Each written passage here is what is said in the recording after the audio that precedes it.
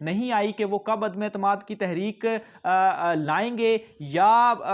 کس کو کیا عہدہ دیا جائے گا. تو یہ ملاقاتیں اور یہ تاثر کیوں کریٹ کیا جا رہا ہے, اس میں سب سے ایک اول وجہ جو سمجھ آتی ہے اس میں تو یہ ہے کہ جو فارن فنڈنگ کیس ہے وہ بھی اس وقت زیر بحث ہے, اور اس وقت یہ بھی انتظار کیا جا رہا ہے کیونکہ اس کی جو سماعت ہے وہ 1 مارچ کو ہوگی. تو اگر فارن فنڈنگ کے حوالے سے کوئی اس طرح کا فیصلہ آ جائے جس سے اپوزیشن جماعتیں جو ہے وہ فائدہ اٹھا سکیں, تو اس چیز کا بھی فی الوقت انتظار کیا جا رہا ہے. اور عدم اعتماد کے حوالے سے پہلے جو مارچ کا کہا جا رہا تھا, مارچ میں عدم اعتماد پیش کی جائے گی, لیکن تاریخ کا ابھی تک اعلان جو ہے وہ اپوزیشن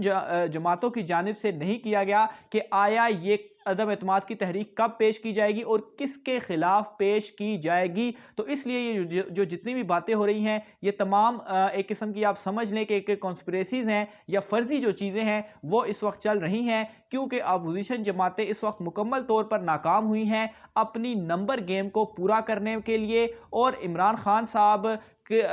جو اس وقت مطمئن ہے اور جو وہ دورے کر رہے ہیں وہ بھی اس بات کو ثابت کرتا ہے کہ ان کے ہاتھ میں اس وقت گیم موجود ہے اور اپوزیشن جماعتیں مکمل طور پر تباہ ہو کر رہ گئی ہیں. اس کے علاوہ ناظرین ایک اور سب سے بڑی اہم خبر یہ ہے کہ جہانگیر ترین اور عمران خان صاحب کی ملاقات کے حوالے سے اس وقت جو مطالبہ بھی ہے وہ پاکستان تحریک انصاف کے اندر بھرپور زور پکڑ رہا ہے کہ ان دونوں رہنماؤں کی جو ملاقات ہے وہ کروائی جائے, کیونکہ اس وقت جہانگیر ترین کو بھی لے کر بہت زیادہ کانسپریسیز پھیلائی جا رہی ہیں کہ شاید وہ کپتان کے خلاف ہیں اور کپتان کے خلاف وہ کھڑے ہو جائیں گے. حالانکہ جہانگیر ترین خود اس بات کی تصدیق کر چکے ہیں کہ وہ ماضی میں بھی پی ٹی آئی کا حصہ تھے, ابھی بھی پی ٹی آئی کا حصہ ہیں اور مستقبل میں بھی پاکستان تحریک انصاف کا حصہ ہیں. لیکن ناظرین یہ مطالبہ زور پکڑتا جا رہا ہے اور اس حوالے سے پاکستان تحریک انصاف کے اندر جو لوگ ہیں وہ خود متحرک ہو چکے ہیں. یہاں تک کہ شیخ رشید صاحب کی جانب سے بھی اس کی تصدیق کی گئی ہے کہ جہانگیر ترین اور عمران خان صاحب کی جو گلے شکوے ہیں وہ دور کیے جا رہے ہیں, اور ان دونوں کی ملاقات بھی ناظرین آئندہ آنے والے دنوں میں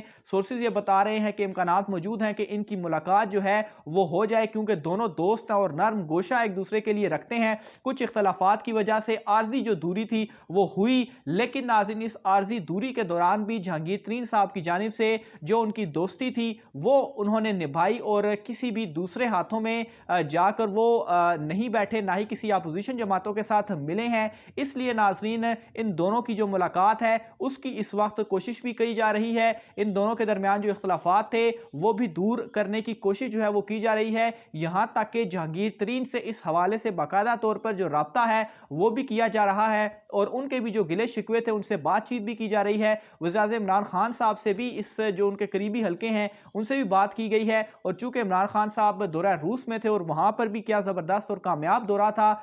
جس کو ایک تو اوورال پوری دنیا میں بھی آپ دیکھ لیں, اور جو بائیڈن کا بھی جو امریکی صدر ہے ان کا بھی جو بھی بیان بھی ایک سامنے آیا کہ وہ پہلے تو نیٹو کے حوالے سے اور بہت جو ہے وہ باتیں کی جا رہی تھی کہ عمران خان صاحب جو ہے وہ شاید اپنا جو بلاک ہے وہ رشین بلاک میں جا رہے ہیں یا وہ امریکن بلاک میں جا رہے ہیں. لیکن امریکہ کا بھی یہ بڑا ایک انفارچونیٹ ہے, انہوں نے اعلان کیا ہے کہ وہ یوکرین کی مدد کے لیے اپنی جو فوج ہے وہ کسی صورت نہیں بھیجیں گے, کیونکہ یوکرین جو ہے وہ نیٹو کا حصہ نہیں ہے. تو یہاں سے بھی اندازہ لگایا جا سکتا ہے کہ عمران خان صاحب کا کس قدر یہ دلیرانہ اور زبردست فیصلہ تھا کہ جو امریکہ کے اتحادی ہیں جب ان اتحادیوں کو امریکہ کی سب سے زیادہ ضرورت پڑی, یہاں تک کہ جو اس وقت جنگ کی وہاں پر صورتحال ہے تو امریکہ نے صاف انکار جو ہے وہ کر دیا ہے. اس لیے عمران خان صاحب کی جو یہ اسٹریٹجی ہے کہ وہ کسی بلاک کا حصہ نہیں بنیں گے اور وہ سب کے ساتھ اچھے جو تعلقات ہیں وہ رکھیں گے, جو تجارتی ان کے معاملات ہیں, جو تجارتی تعلقات ہیں وہ رکھتے رہیں گے. اور سب سے بڑا اعلان عمران خان صاحب کا کہ وہ کسی بھی صورت NRO نہیں دیں گے. حالانکہ جس قدر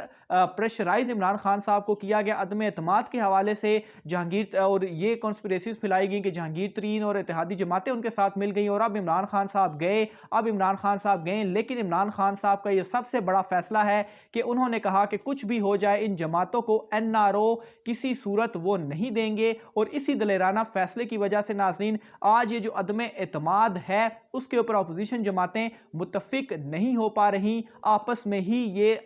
جماعتیں جو ہیں وہ اس وقت لڑ رہی ہیں. بہرحال جہانگیر ترین کے حوالے سے جو بھی مزید تفصیلات ہوتی ہیں, ملاقات کب جو ہے وہ ہوتی ہے اس کا بہت زیادہ انتظار جو ہے وہ رہے گا بھی، اور ملاقات کے بعد بہت ساری جو غلط فہمیاں ہیں وہ بھی دور ہو جائیں گی، اور فی الوقت جو ہے وہ نرم گوشہ اور ان دونوں کو قریب لانے کے لیے، ملاقات کے لیے پاکستان تحریک انصاف کے اندر جو بڑے اہم لیڈر اور وزراء ہیں وہ متحرک ہو چکے ہیں، اور ان کا کہنا ہے کہ بہت جلد امکان ہے کہ ان دونوں کی ملاقات کرا دی جائے گی۔ اس حوالے سے مزید جو بھی تفصیلات ہوتی ہیں وہ آپ ناظرین کے ساتھ ہم شیئر کرتے رہیں گے۔ اپنی رائے کا اظہار کمنٹ باکس میں لازمی کیجیے گا۔ آج کے ویلاگ سے اتنا ہی، مجھے اجازت دیجیے، اللہ حافظ۔